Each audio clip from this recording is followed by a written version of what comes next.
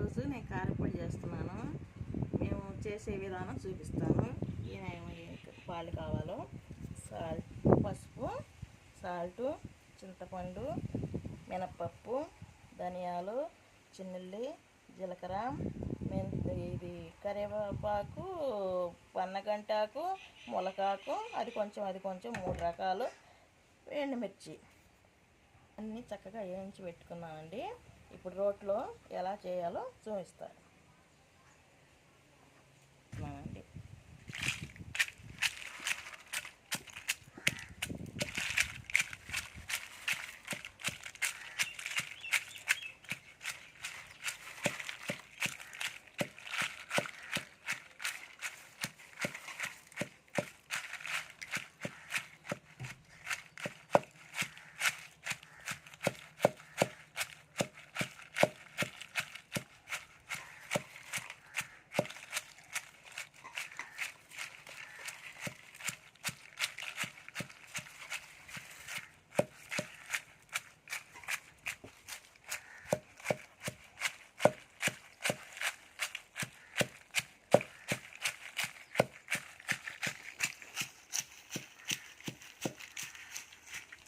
కొంచెం సాల్ట్ వేసుకుందాం.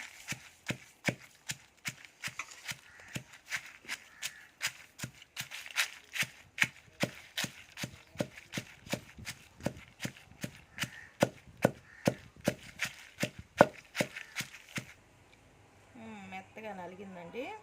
పక్క తీసి పెట్టుకున్నా. మరలా ధనియాలు వేస్తున్నాం.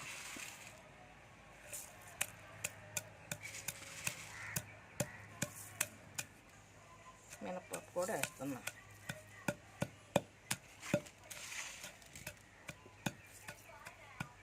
ధనియాలు, మినప్పప్పు పొడి అయిపోయిందండి. పక్కకు పెడుతున్నాను.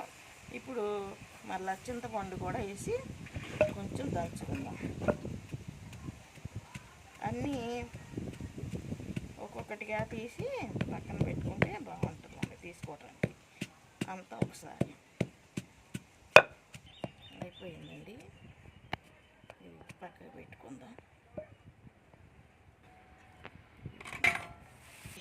పన్నగంటాకు, ములకాకు ఇది చాలా కంటికి కానీ ఒంటికి కానీ మంచిదండి. బాగా బాలింతలు అందరూ చక్కగా తినొచ్చు. ఆపరేషన్ చేయించుకున్న వాళ్ళు ఏంటి, జ్వరాలు వచ్చిన వాళ్ళు ఏంటి, ఎవరైనా తినొచ్చు. నాకు కళ్ళుప్పు అందుబాటులో లేదు, అందుకని సాల్ట్ వేసా. మీరు కళ్ళుప్పు వేసుకోండి, బాగుంటుంది.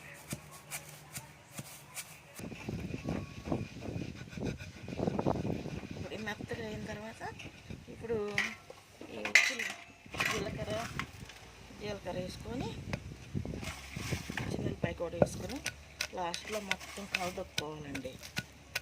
అంతే. కొంచెం ఉప్పు బాగా సరిపోయిందో లేదో చూసుకొని టేస్ట్ చేసుకుంటే సరిపోయింది. కొంచెం పసుపు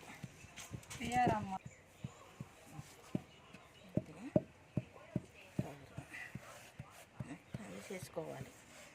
అంత ఒకసారి కలదొక్కుంటే